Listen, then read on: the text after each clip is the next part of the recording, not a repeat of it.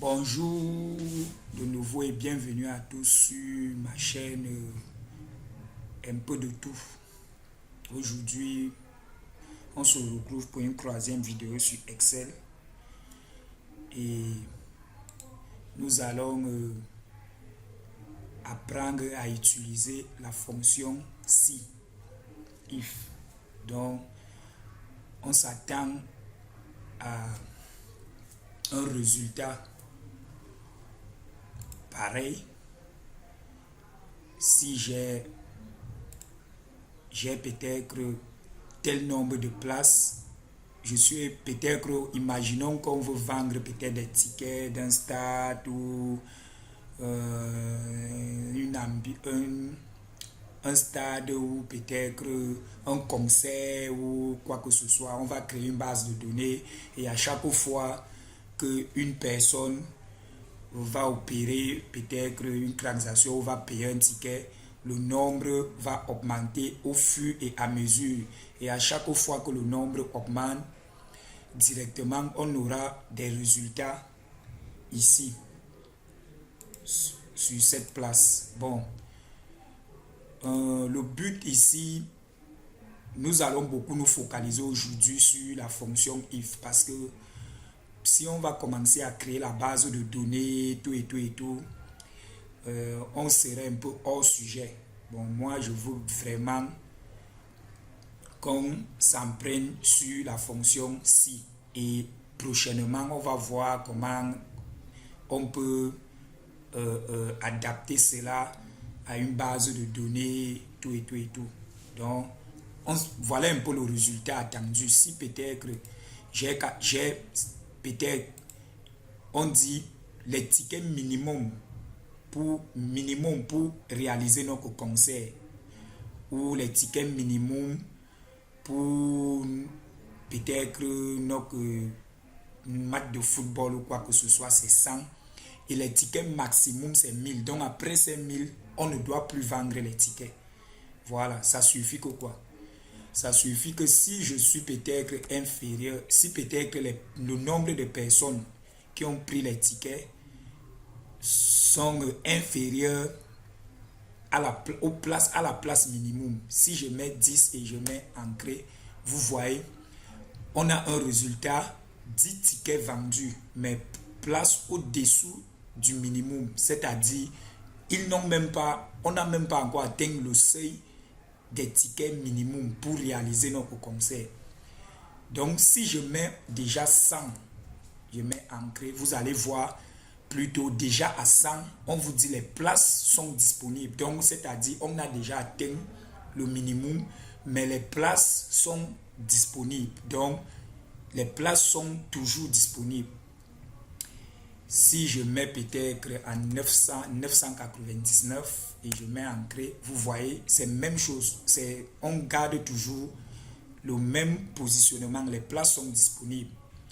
Et si je suis à 1000, vous voyez, on dit place OK. Donc, on n'a plus besoin de place. Et rembourser 0 ticket. Donc, les places sont remplies. Donc, on n'a plus besoin du personnel. On n'a plus besoin des gens pour réaliser notre concert. Tous les tickets ont déjà été payés. Toutes les places sont déjà prises. Donc, on n'a plus besoin de vendre les tickets ou quoi que ce soit. Et si par méga, les gens étaient tellement nombreux au point où on s'est retrouvé en train de vendre 1100 tickets, lorsqu'on clique, vous voyez, on dit place OK, rembourser 100 tickets. Donc je dois rembourser 100 tickets parce qu'il n'y a pas 100 places. Ces 100 places n'existent pas. Voilà. Donc voilà à peu près ce qu'on attend. On va utiliser notre fonction pour réaliser ceci. Donc sans toutefois tarder, on va effacer tout et reprendre à 0. Voilà. Bon, ici on imagine, parce que ça c'est un tableau, c'est juste un tableau, donc on imagine que on a déjà réalisé notre tableau. Il y a les places max et les places min. On peut juste encadrer notre tableau. Juste pour embellir.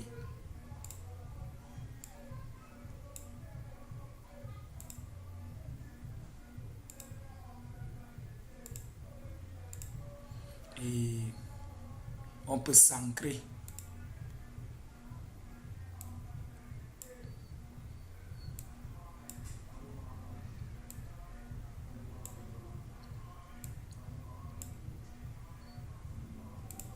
Ok.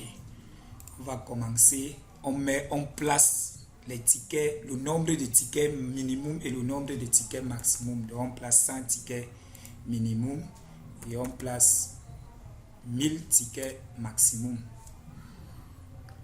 Et ici, on va commencer peut-être avec un nombre nul. Et quelque part,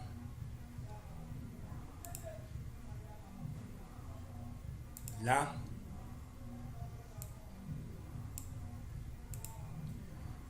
on va mettre résultat de la vente.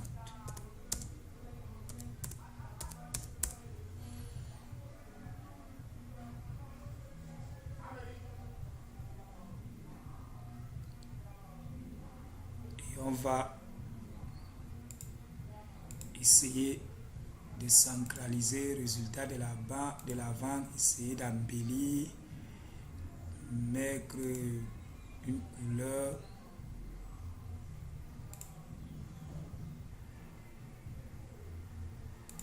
Ok, le résultat sera en dessous. Donc,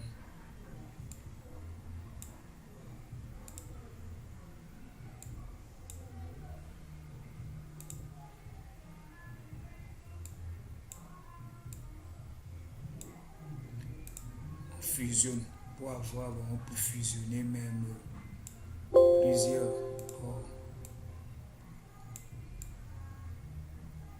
On sélectionne et on fusionne. Voilà. Voilà, c'est ici, à l'intérieur là, que nous allons afficher nos différents résultats. Qu'est-ce qu'on fait? On met égal. Si cette valeur est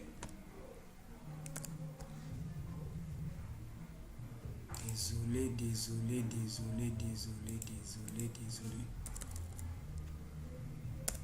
égal si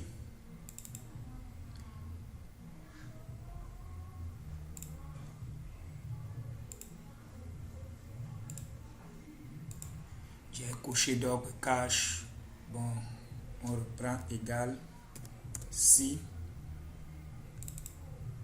cette valeur est égale à 0. Donc, si aucun ticket n'a été vendu, oui, on dit simplement qu'aucun ticket est vendu. Aucun ticket vendu. Voilà. On a dit si le nombre de places est 0, on n'a aucun ticket vendu. Bel et bien. Voilà. Maintenant, si ce nombre est inférieur aux places minimum, donc si ce nombre est inférieur aux places minimum,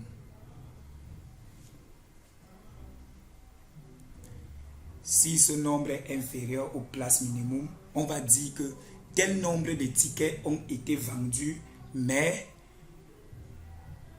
au-dessous, les tickets sont au-dessous au-dessous du minimum. On peut dire cela, oui, les tickets sont au-dessous du minimum. Donc, on peut dire tel nombre de tickets ont été vendus. Pour cela, on va cliquer ici et on va mettre ceci et là. Et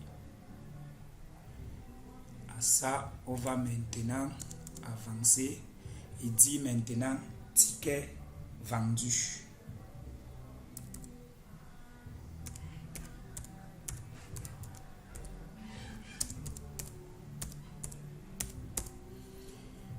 Ticket vendu, mais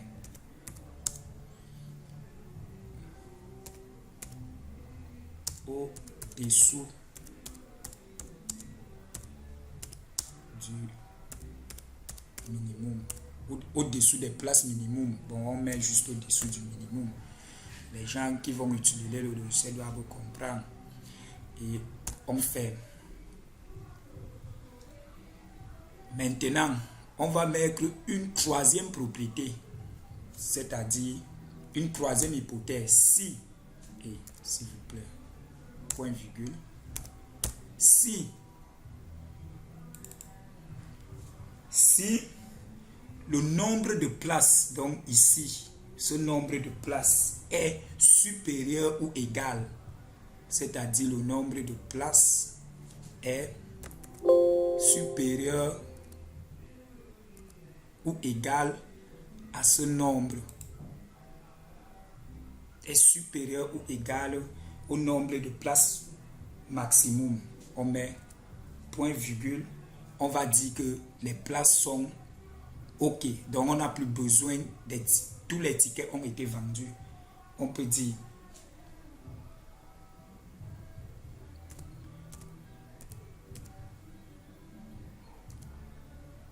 tous les tickets, ou on peut mettre place OK.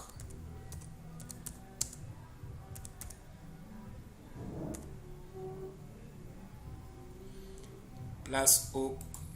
Et on va mettre quelque chose. Place OK. Et on va préciser rembourser parce que on a dit supérieur ou égal.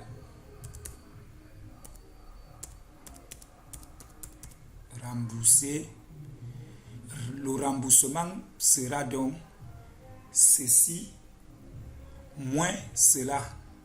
Et rembourser, on ouvre la parenthèse, ceci moins place maximum. Et on ferme. Et on va mettre ticket à la fin. Donc on met et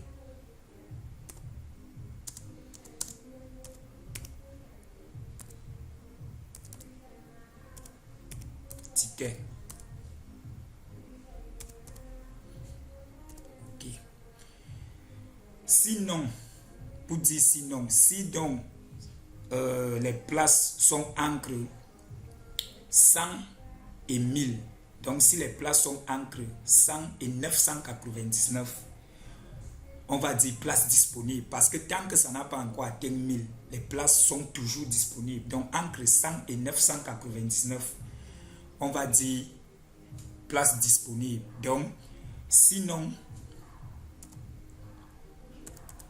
place disponible.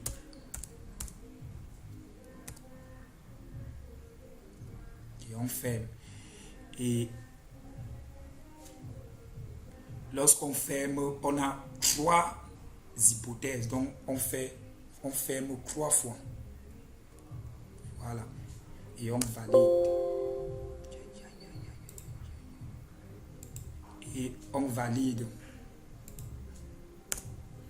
Voilà. Vous voyez. Directement, lorsqu'on valide, on n'a aucun ticket disponible. Parce qu'on a dit quoi? On a dit, si on a 0, si on n'a pas encore vendu, on a 0. Ça affiche aucun ticket disponible. Si, ici, là, on a déjà un ticket, donc on a vendu un ticket. Ça affiche un ticket vendu, mais au-dessous du minimum. Si on a même 99 tickets vendus, 99 tickets vendus, mais au-dessous du minimum. Mais lorsqu'on a déjà 100 tickets, on dit place disponible. Donc, on a déjà atteint le seuil, mais les places sont encore disponibles. Donc même si on a 999, vous avez vu, oh, désolé, lorsqu'on a 999,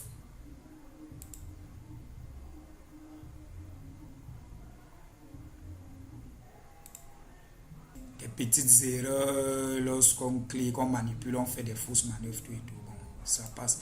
Lorsqu'on a peut-être, comme je disais, peut-être 888, on met place disponible. Lorsqu'on a 999, on met place disponible. Mais une fois qu'on a 1000 tickets, 1000 places, on vous dit place OK. Donc on ne vend plus, mais remboursé, 0 ticket. Donc on a atteint le seuil. Bon, maintenant, si on ne se contrôlait pas et on se retrouve à vendre 2000 tickets, on aura plutôt place OK, remboursé, 1000 tickets. Voilà. Donc, voilà à quoi on s'est servi de la fonction. Aujourd'hui, on a un peu vu comment on peut se servir de la fonction if. Voilà à quoi consistait ma vidéo pour comprendre un peu le fonctionnement de la fonction if. Vous voyez peut-être si vous avez organisé un casting ou organisé un concert ou quoi que ce soit, vous pouvez utiliser cette fonction parce que parfois il y a tellement, surtout quand vous mettez les ventes en ligne, il y a tellement de gens et à chaque fois que vous vendez un ticket, on peut faire une barre de droit, à chaque fois que vous vendez un ticket, ça s'affiche directement là, tout peut se passer en ligne. Et vous pouvez vous retrouver, donc vous pouvez vous retrouver en train d'enregistrer plusieurs personnes sans toutefois contrôler. Alors qu'avec le logiciel, dès que vous avez créé votre base de données, une fois qu'une personne a enregistré, ça vous signale. Ça vous signale, oui, il y a encore les places, il n'y a pas de place, tout et tout et tout. Et peut-être ça va vous éviter de prendre peut-être